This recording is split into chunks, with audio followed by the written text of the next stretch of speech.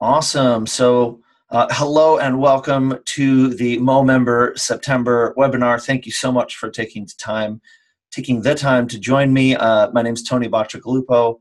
I run this group called New Work Cities, which I was just mentioning to the folks who joined earlier, is a support network for co-working space owners and managers. You can find out more about that at nwc.co, nwc.co. And I'll have a special offer for those of you who might be interested in joining the group. I'm joined today by Kat Johnson, who I think many, if not most, if not all of you know from the Co-working Content Alliance, Co-working Out Loud newsletter and podcast. Do you want to just say a quick hi, Kat? I know I put you on the spot there. I muted you. See, this is what I unmuted you. Go for it. Hey guys, glad to be here, and you're in good hands with Tony. He definitely knows what he's doing. He's got the human touch and has been doing this a long time. So I'm excited to hear what he has to say. Thank you, Kat. The check is in the mail. Very good. So as I mentioned, the way that it's going to work is I'm going to fire up a presentation. We'll walk through that, and then we'll have some time for some questions and discussion afterward. If you need anything, throw a question into the chat. Historically, it's usually a bad idea for me to try to chat while I'm presenting. And also my keyboard makes horrific sounds when I'm typing with the microphone on. So Kat, if I can deputize you to maybe help out as best as possible. Yeah, I'll keep an eye. And and then we'll have time at the end. This will take the hour. On the East Coast, it's 12:07, so we'll end at 1. So we should be done by the top of the hour.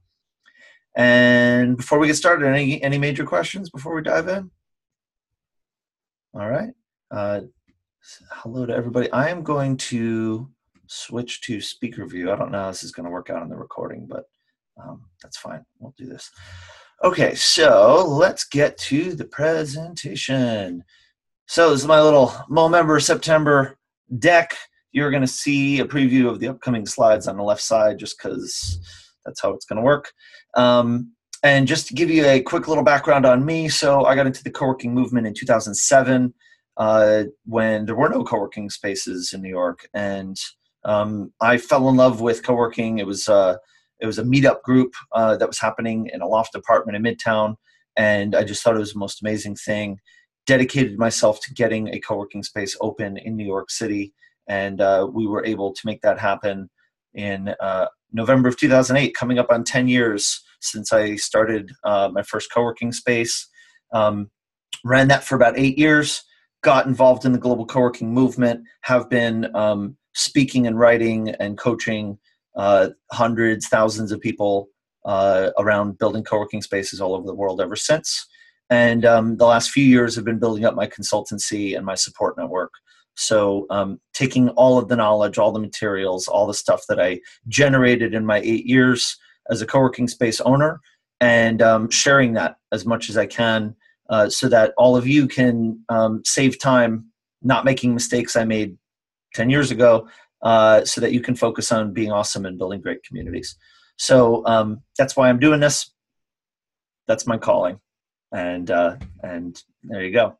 So here's the problem. Here's one of the problems that I really want to solve that I found to be so painful when I was running a co-working space was just that recruiting for a co-working space is this constant process of needing to kind of keep these communications going with people who are interested in membership and just kind of always needing a little bit more.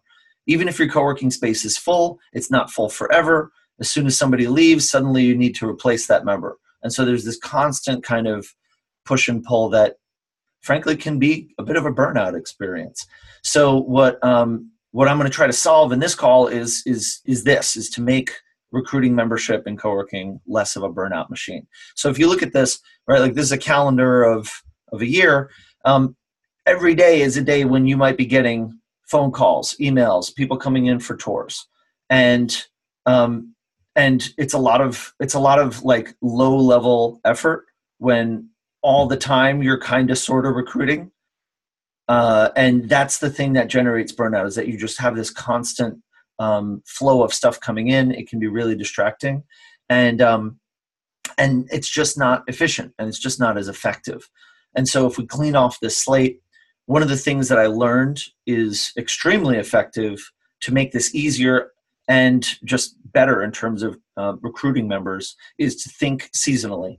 So if we can start to block out parts of the year as seasons and then create programming that's geared towards gracefully onboarding people in the beginning of that season, maybe gracefully celebrating the end of a season and then setting us up for subsequent seasons, and then designing our programming around that, it's a lot easier to direct people in to different kind of focused periods of time when you're really putting effort and energy into recruiting members.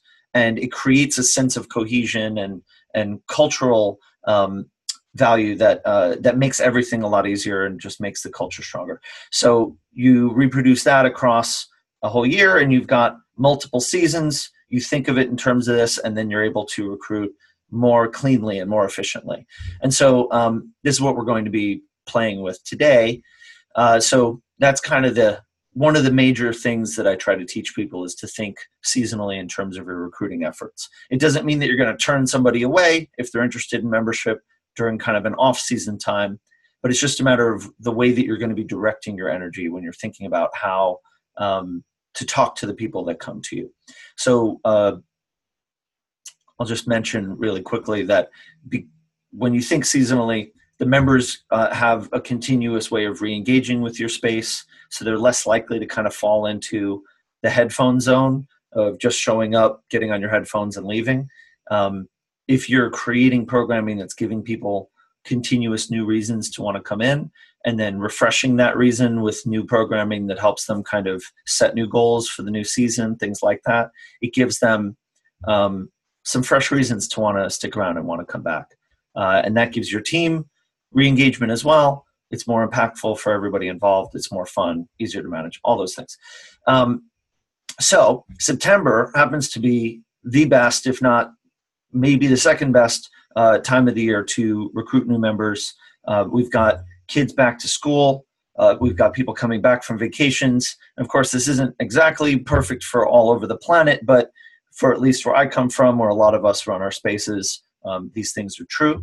A lot of people change jobs. A lot of people move into new places. And so you see right now, end of August, people are starting to research their new lives in September. And what you find is people join co-working spaces when they're making some kind of a life change. They just quit a job. They just started a new business. Their kid just went off to college, whatever it is. And so this is a time when those transitions are starting to happen. And so we want to design for that. So let's plan for this. Let's start planning for September specifically. So this is our next 5 months. This is the rest of the year right here. And we are here in August 24th, Friday, August 24th. And what we've got is this kind of sweet spot after kind of the Labor Day area, Labor Day in the US anyway, when people are going to start coming back to work. So what we want to do is we want to create something to catch people during this time that's going to get them to want to come in, and not just come in for a tour whenever, but to come in for a specific time on a specific day when we're going to do something that's specifically awesome. And that's the thing that is kind of the first piece of making this Mo Member September thing stick. And so these days I think are kind of the sweet spots. So this is Monday, Tuesday, Wednesday, it's like Thursday, September 5th, and then you've got kind of 10, 11, 12 the following week. In that range are kind of weekdays that are a little bit after when the month has started, people are back. You have a little bit of advance notice to invite people to things. So these are the prime times when it's good to have some kind of a program that you want to invite people to. And once we establish that program, then we can kind of start directing energy to it. So let's just say, for the sake of argument, we pick one of these days. This day is your hook day. This is the day that you're doing some kind of program that you're going to put a lot of energy into getting as many people as possible excited about. And so let's say that we pick Wednesday, September 12th. Now, between today and that day, you're just going to want to be directing everybody to that thing. And we'll talk about what kinds of programs that thing can be in a moment. That's kind of part 2 of the presentation. But during this time, when you get a call, when you get somebody who's inquiring about the space, you can say, yeah, come on in, have a tour, totally, come on by whenever works for you. By the way, make sure you come to our thing that's happening on September 12th. It's going to be great. It's going to be the best possible time to meet a bunch of new members. You really should come. And the reason that I'm emphasizing this so much is because an invitation to a program creates a sense of participating in a thing, which gives somebody a reason to feel like your co-working community is more than just a place to rent workspace. You have to imagine, now some of you might be the only co-working space in your city, but in bigger cities and in a lot of contexts, people who are looking at co-working spaces are looking at many co-working spaces. And when you are engaging with this person, you have to assume that they're going to be looking at other spaces and that those other spaces are basically going to be offering pretty good workspace. Offering pretty good workspace is not, I don't want to say it's not hard because it's not easy, but offering good workspace is something that a lot of people can do. And you don't want to get into a commodity game. You don't want to be just making it your space versus other people's spaces because it's frankly just not exciting and not interesting. I mean, whether your photocopier is nicer than theirs or whether your conference room is a better color than theirs, it's not going to be a compelling thing. But if you say, come to this thing that we're doing, it's Wednesday the 12th, it's going to be at 10 o'clock in the morning, whatever it is, and you're going to meet some amazing people and you're going to have a lot of fun and you're going to learn something and it's going to be super valuable. And by the way, it's free. Now you're creating this sense that I'm not just coming here to rent an office from you. I'm coming here to be around these amazing people and have an unforgettable experience. And so that kind of thing is going to be very different. Even if I go tour other spaces and the other spaces have comparable or better office offerings, I might still come to your event. And I come to your event and I have a really good time and I make a friend and I learn something like that happens. I'm going to be a lot more likely to remember you positively and to be really excited to come back and participate in something you're doing in the future. So it gives you a much, much stronger chance of distinguishing yourself and being memorable. And beyond that, you are also creating the foundation for a better culture for the future. So what's going to happen is, even if you do nothing, during this time, this is a time when people are going to be joining your space. So even if we don't do any of this stuff, you're just going to get more interest, more people are going to show up, and they're going to come and sign up and hang out and work in your space for September or October. And during that time, they're going to decide whether they're going to stick with your space or not. And so the difference between that person being somebody who comes in and signs up sometime in early or mid-September, and then they stick around for a month or two, and eventually they kind of fall off, they get into headphone mode, and they don't really form any kind of a connection with your space, and they end up leaving in November or December or even October. That's something that could happen if they don't create any kind of emotional connection to your space.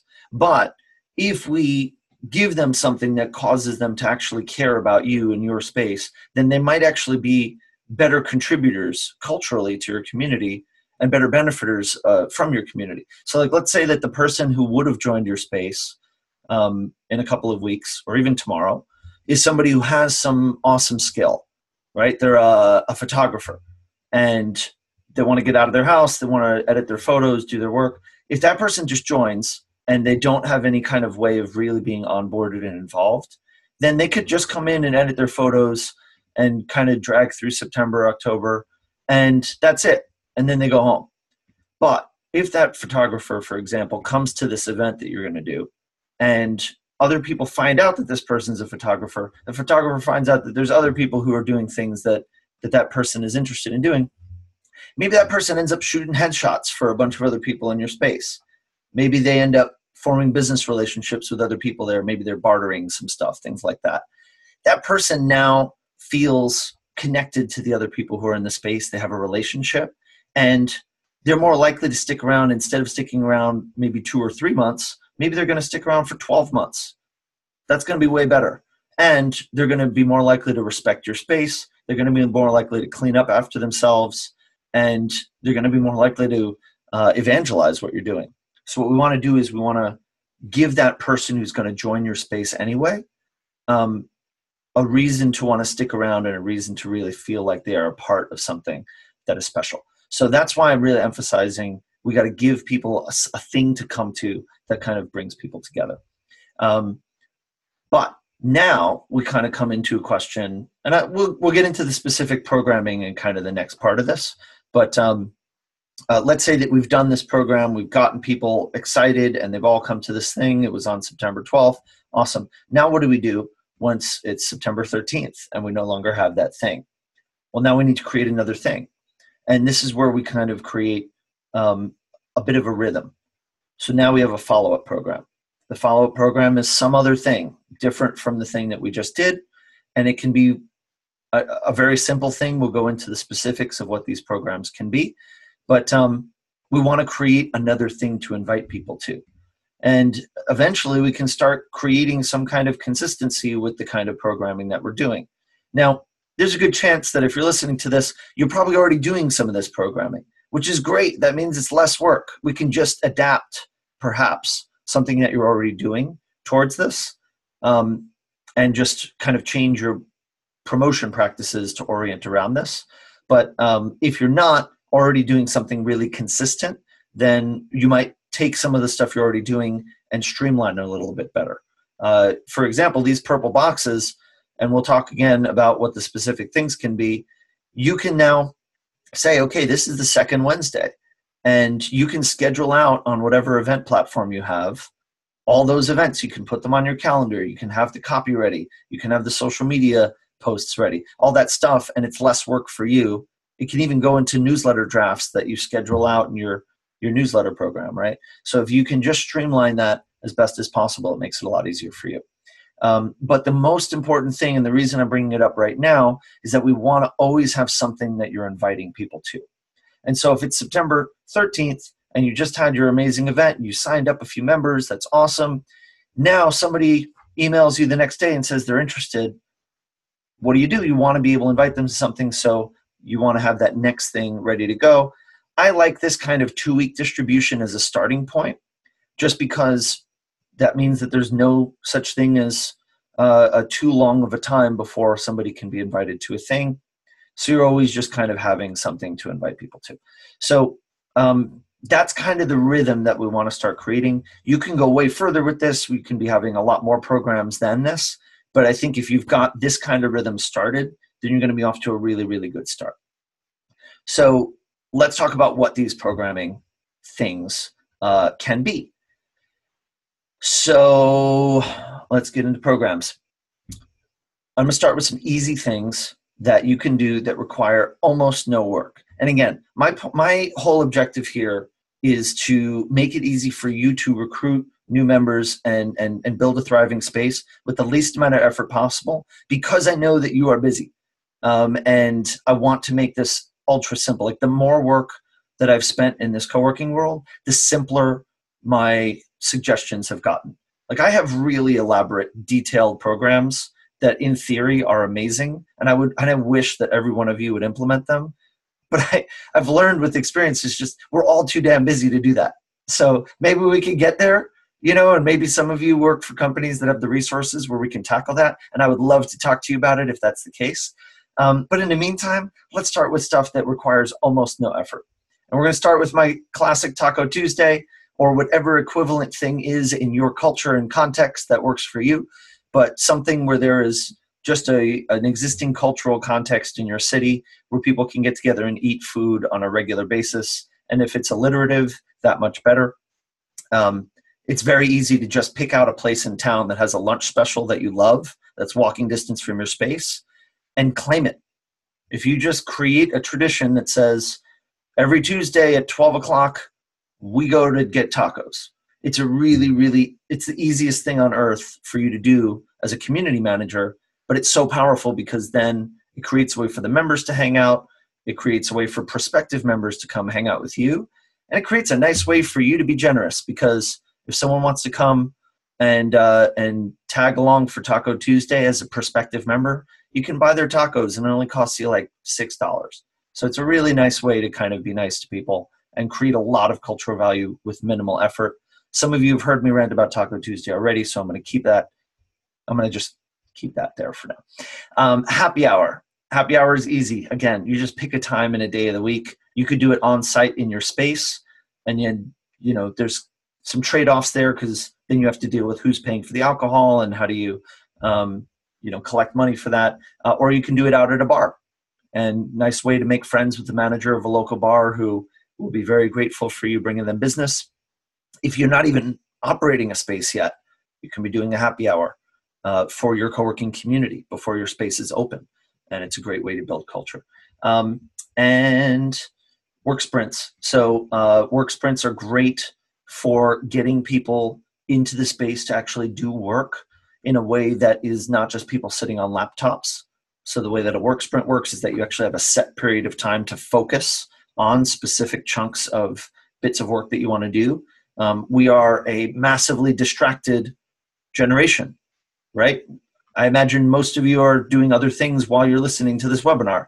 So we are, that's the state of affairs. Staying focused and being able to stick with what you're doing is something we are all working with. Claudius is mentioning in the chat, Pomodoro sessions. Pomodoro technique is amazing, right? You set this 25-minute timer, you pick a thing you're going to focus on, and it's great. When you do that in a group, when you set a timer on the wall and say, okay, everybody, tell me the most important thing you need to work on. And you all go in a circle, everybody talks about it, and then you set the timer, you say, okay, when I hit start, no Facebook, no distractions, we're just going to do that thing until the timer buzzes. And then you hit that button. The effect that is felt when everybody goes, right, and starts working is utterly so powerful and helps you overcome the little temptation to be distracted. And you feel this sense of camaraderie, like we are in this together. We're going to fight distraction as a group. It's amazing. And then when the timer goes off and you see everybody just kind of like, whew, whoa, that was wild. I just got so much done. It's such an amazing feeling. You take a break, you do it again. We can talk more about work sprints if you're interested at some point, but it's very easy to administer. It's a very kind of simple program. And so these are kind of the three easy ones that I would suggest as potential hooks. And I'm going to give you a suggested plan as well. So we'll get to that. But then a little bit more involved, show and tell. I think show and tell is something that should be happening in every space because it's pretty easy to run and it's extremely valuable to the membership and to prospective members. So one of the things that we don't really value enough in co-working is that we have amazingly talented people in our space. We have people who are working on really cool stuff, and you might know about some of it, but I promise you, you definitely don't know about all of it. And so the more that you're able to create opportunities for the members to come out of the woodwork and explain what it is that they've been up to, the more value is going to be generated for everybody involved. When a member is working on a project and they're about to launch it and they need help, it's a great way for the member to get feedback. So if they're about to give a presentation, they're about to demo their new startup, whatever it is, if they can present that to your members as a way of warming up about, and getting more experience in giving presentations, hugely valuable to them.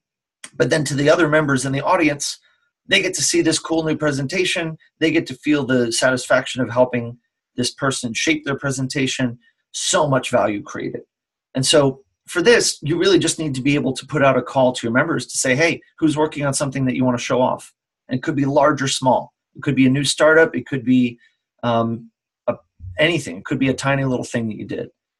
One of the members in the space that I ran was creating a font that was based off the lettering that you find in like ancient Celtic towns or something like that. And he had like a whole presentation about the lettering on the doors of the numbering of the addresses and things like that. And the font that we were all losing our minds. We had no idea that this guy was working on this like super cool thing. And that was just kind of a novelty. Sometimes people are working on projects that actually become real work opportunities for people in the space. So I'm a huge fan of the show and tell.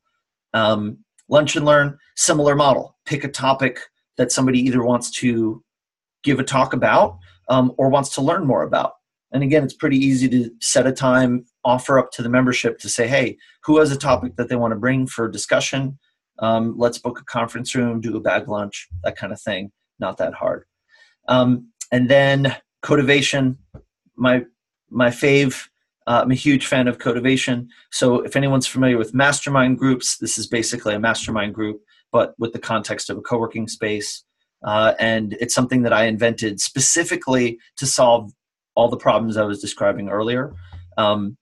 It gives members basically a way to set a meeting. At that meeting, you go around the table and you set goals for the upcoming season. So you say, well, during the season, I want to launch a new product, or I want to find a new job, or whatever it is. And then you set interim weekly goals to work towards that larger goal. And then you meet on a regular basis to check in on your progress and to troubleshoot. And so what ends up happening is that over time, people end up becoming really bonded with each other because they're learning about each other's projects. They're helping each other solve issues as they come up. And it's created tremendous, tremendous value for the people who've been a part of it. People who participate in Codivation groups end up having way deeper allegiance. They end up sticking around a lot longer and contributing a lot to the culture. So I'm a huge fan of Codivation. I built a little website for it. It's a kind of it was a standalone service that I offered, and now it's kind of part of my toolkit and the resources that I offer up. So you can check that out. It's a little bit more involved, not that hard to run once you kind of go through the program, but I can't recommend it enough if you have the disposition to run something like that. So let me simplify all of this for you. If you want to not think about these options and just kind of go with exactly what I say to do, then do this. Do the simple plan. And the simple plan is this. On Taco Tuesday on September 11th, sad face, 12 p.m., schedule a Taco Tuesday gathering, put it on Facebook event, and start inviting your members and start inviting your prospective members. And by the way, this is a great way to re-engage people who've come in for a tour in the past, but haven't come in recently. And so hit up those old lists. There's no reason not to. And then do a show and tell on 2 weeks after that, September 25th at 7 p.m. So if you don't want to think and you want to just do the simplest, easiest thing that will get you on the right track for September, then screenshot this slide, create these events right now, and start promoting them with minimum work, and it's going to set you up really nicely. So in order to do this, schedule the 2 events, find some people to present for the show and tell, promote, and profit. Do that, and you're going to have a really great September. I would say I promise, but I can't really promise. So I'm feeling good about your chances. Let's put it that way. And then again, if you want to get into something a little bit more involved, I'd highly recommend learn more about Codivation, do your own version of it. Work with me if you want help to make that happen. But I can't recommend that enough. Creating that kind of continuity around accountability programming is super, super helpful. So that's the gist of it. As I mentioned, I have this support network, which I am using as a way to help people walk through this process. So you can take everything I just told you in this webinar, follow what I told you to do as best as you can, and you're probably going to be off to a good start. And if you want to keep that conversation going, if you want to report on the progress that you're making as you're developing these events and the challenges that you encounter, I highly recommend you join my group. We do a group video discussion similar to this, except it's not just me presenting, it's more of a conversation. We do it once a week on video. I record the videos, I put them online so you can have access to a huge video archive. I have a toolkit of resources, online discussion groups, and it's going to be super affordable for you if you use the coupon. The membership's $99 a month. With the coupon, your first 2 months are $50. So it's kind of stupidly cheap, honestly, and you can cancel anytime. So really not much reason not to join. Highly recommend it. It's super fun. That is my pitch, and I'm not going to push you any more than what I just did. So thank you for enjoying that. And that's my presentation. Have How did that go for everybody? Feel free to turn on your cameras if you want to. I turned everybody off, but you can unmute yourself. You can put on your camera now if you want to, or you could just drop a question in the chat. And whilst you get yourselves ready for that, I would love to ask Kat a question first. I'm going to do the Q and you can do the A, Kat. Okay. On now that I've kind of presented this, we have people who are thinking about doing their September programs. How should they go about promoting these things? You are a content marketing expert in the co-working world. So I'm curious, how would you approach starting to promote these things? You know, my biggest tip, especially with what you just said with the lunch and learns and the show and tell, is oftentimes what you see when people blog and promote events is they're just like selling the event over and over. Hey, you should come to this. Hey, you should come to this. And the idea with content marketing is you give people a valuable resource or a reason they should come to you. It's also inbound marketing, right? Like it's a thing of attraction rather than just always promoting. So like say you have your example with the show and tell of the guy doing Celtic fonts. What I might do is create a blog post, talk to him, and figure out like 3 things to get started creating your own font, or how to start doing this, and give just a little tidbit blog post. And then in that blog post, at the end of it, your call to action is like, hey, so-and-so is going to be showing us how he's doing this Celtic font during the upcoming show and tell. Click here for more information or something like that. So people who you spread that among your members, you spread it among your social following, throw it in your newsletter, and anyone who's remotely interested in doodling or creating fonts or something is likely going to look at that like, oh, this guy's talking about it. It's free. It's in 2 weeks. I have time to get it on the calendar. So that's how I try to approach it. And the cool thing with that is even once the event, like you're creating an evergreen resource that you can share 2 months or 6 months down the road. And you take out the call to action at the bottom that is about the specific event. And you can direct it to either that person's site or let them know they're a member at the space if you want more information or something. So it turns then into more of a profile that better serves the member, and you can use it for promotion. So you can do that around lunch and learns, like things I've done. There's a photographer in the space who did a lunch and learn, and we talked about how to do event photography, right? So she gives like a handful of ways that she approaches that. And then it's like, hey, there's a lunch and learn coming up.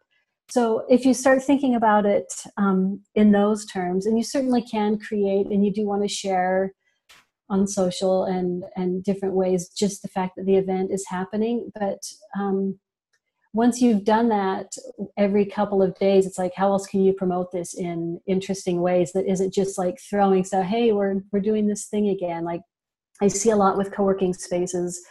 Hey, we're a co-working space. Come co-work with us. Hey, we have meeting rooms. Hey, it's just all one way going out. And the idea with content is you create stuff that people are like, oh, what are they doing? That looks cool. In the same way, like with Taco Tuesday, you're not like, hey, come to this. It's not like a timeshare pitch, right? You're like, we're all just going to hang out. And if you feel attracted and engaged in this community, maybe you want to come talk more about what that looks like for membership and things like that. It's that same idea of attraction. What else? The cultivation, I might have people, there are a couple things. I might have people who've done cultivation give me some testimonials or their experience or some of the things they've created in like a 5-week session or however long it goes, and then share those. And then the call to action becomes like, hey, we're starting a new round, and you can share that with members to get them engaged. You can also push it out to your broader community. Content can be a lot of work, or it takes some focus, and it takes some, I appreciate the calendars you laid out, Tony. That looks a lot like what your content calendar would look like, right? Like on this Wednesday, we publish a blog post. On the, 2 weeks later, we have a short video or whatever it is you're doing in your space. But there's a bit of strategy behind it.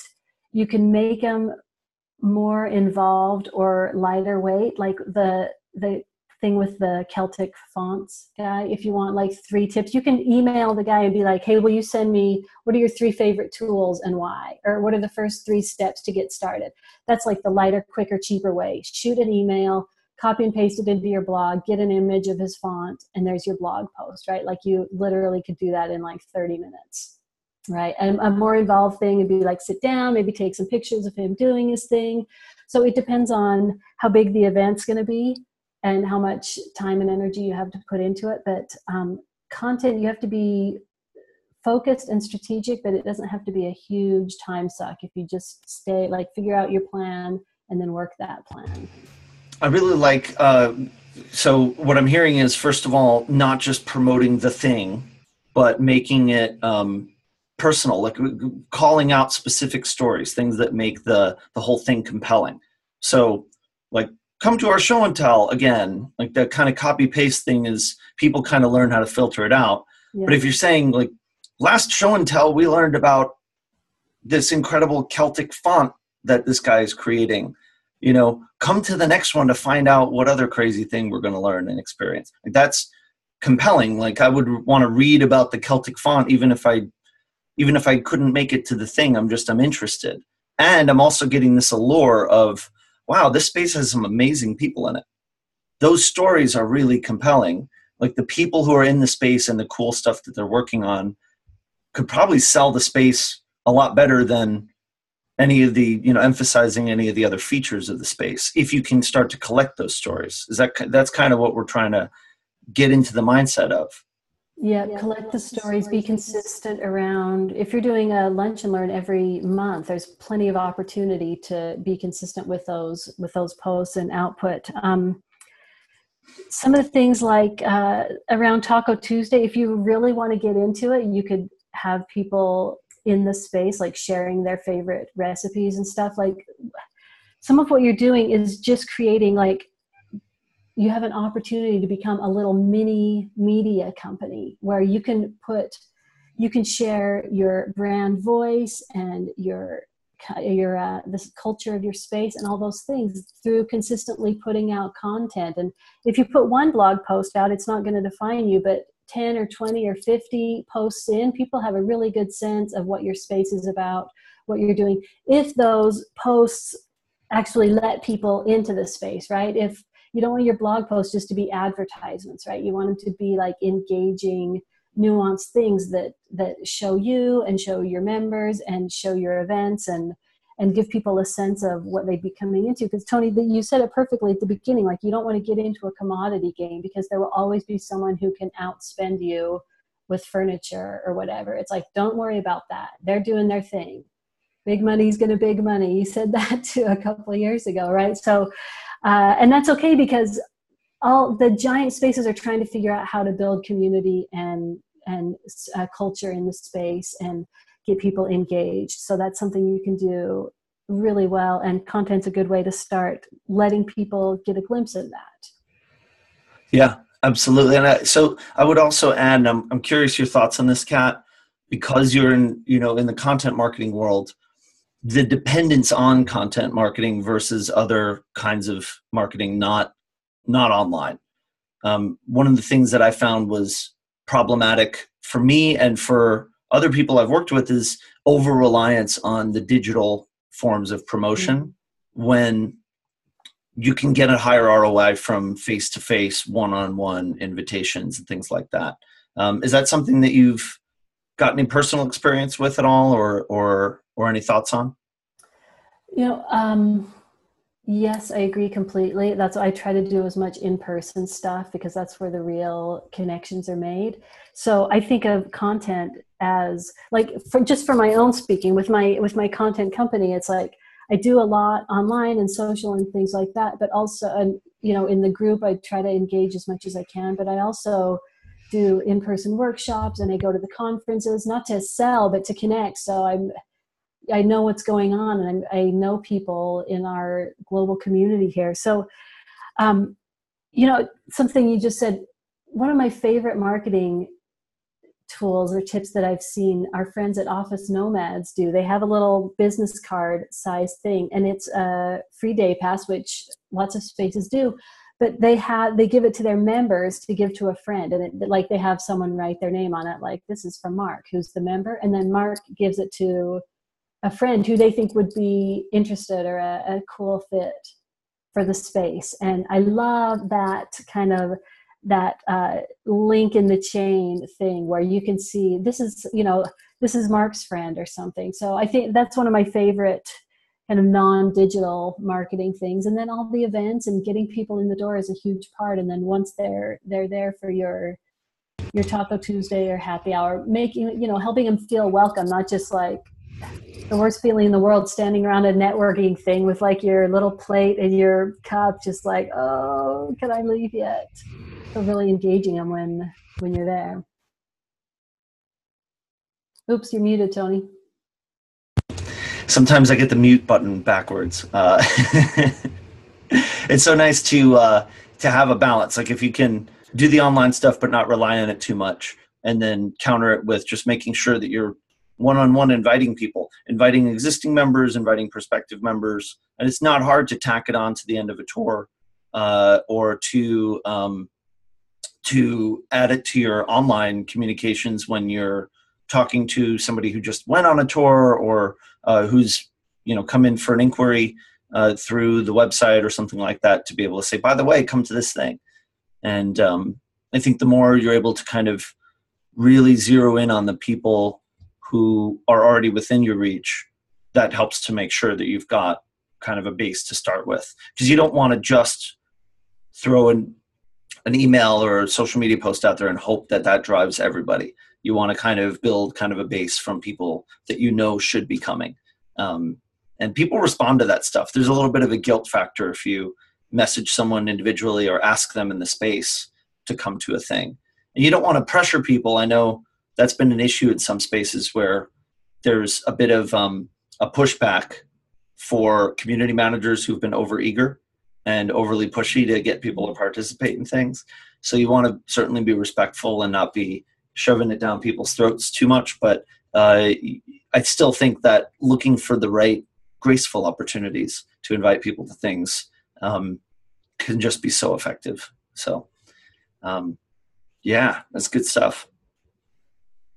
We've got a comment from Allison. Here in Asheville, the coworking community is celebrating Entrepreneur Week in early September. Awesome.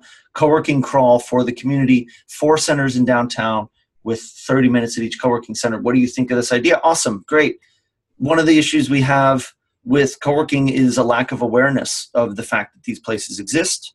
And secondly, kind of what the value is of it. So just getting people in the door, getting them to be aware that it's happening is great.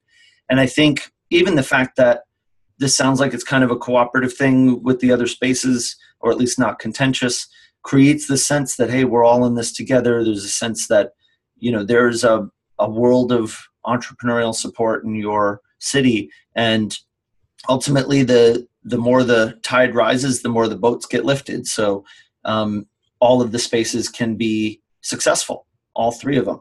And that's where all 4. Sorry, that's where we really want to focus our energy, is just on creating that energy. Now, if you got 30 minutes with somebody in the space, it's that much more concentrated to say, okay, I'm going to show them the space. Everybody wants to see the space. That's fine. What's some other fun thing that we can do that can create a little bit of a twist that's going to make this really memorable and exciting? Well, for one, they could be walking out with a flyer inviting them to come back for that event that you're going to be doing, that hook event in September 12th or 11th or whatever, right? So number one, we want to get that person super excited to come back. But then also you might be even doing a miniature version of that. So is there something that they could be doing while they're in the space that's kind of fun and different? You're saying in the chat that you're doing a contest on Instagram. And I'm wondering, is that in the space, like when they come visit, that they're going to like do a picture while they're in the space, or is it something else? Oh, great.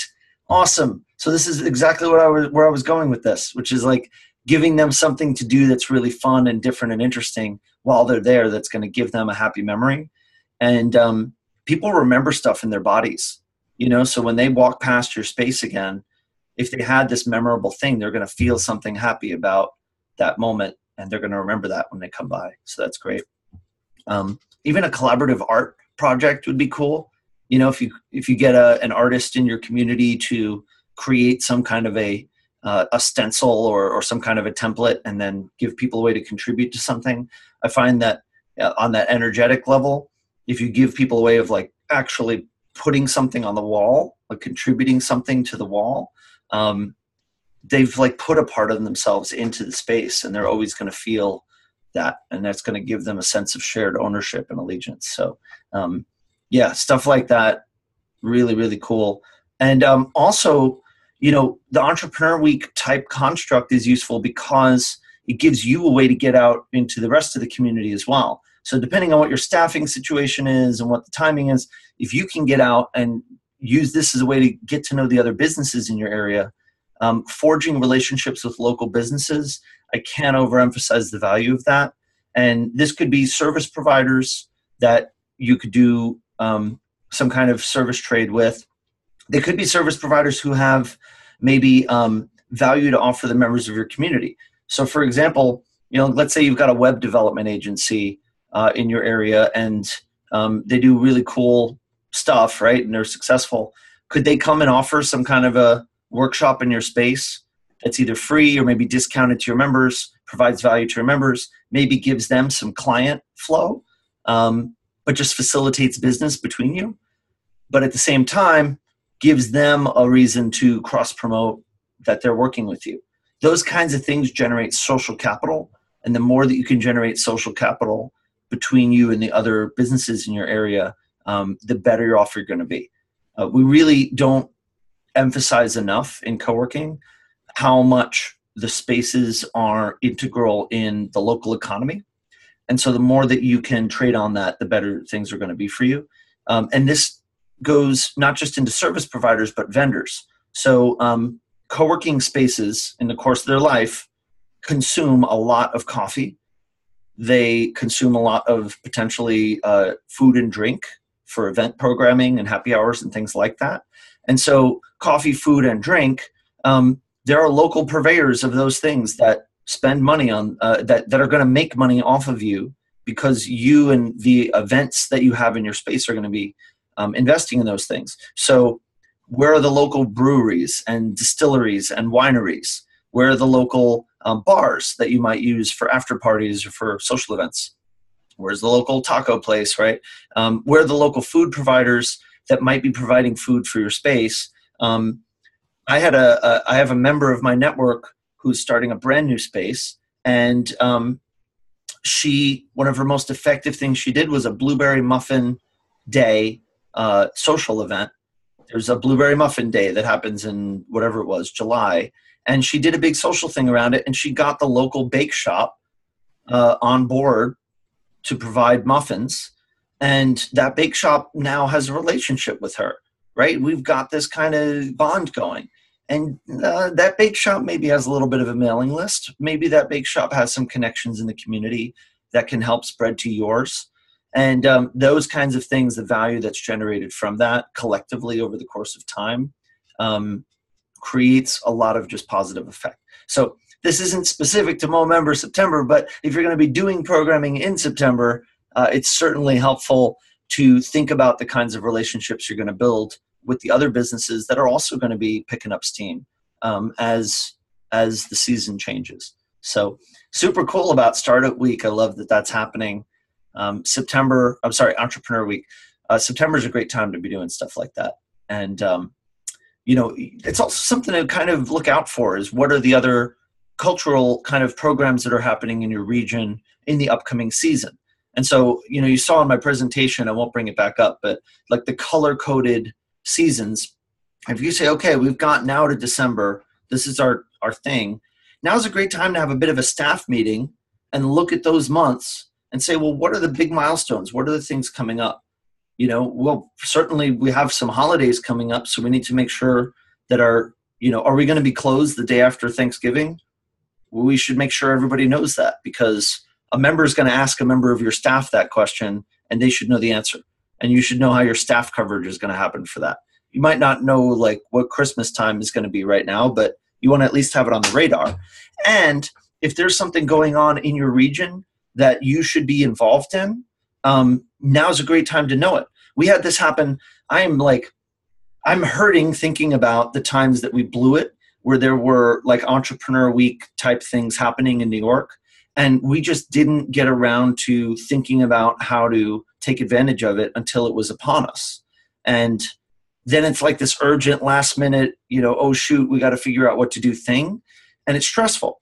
And you shouldn't have to stress about stuff like that if you know that it's coming in advance. So if you know there's an Entrepreneur Week coming to your city in October 1st, then you can plan now, okay, let's get our programs ready to go for that by September 15th so we can promote it, get everything scheduled, and really take advantage of this thing that's happening, just for example, on October 1st.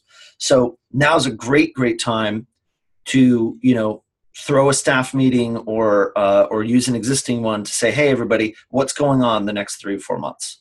And what should we plan for? And then you can prioritize. So this is a terrific, terrific time to be doing that kind of advanced planning as well.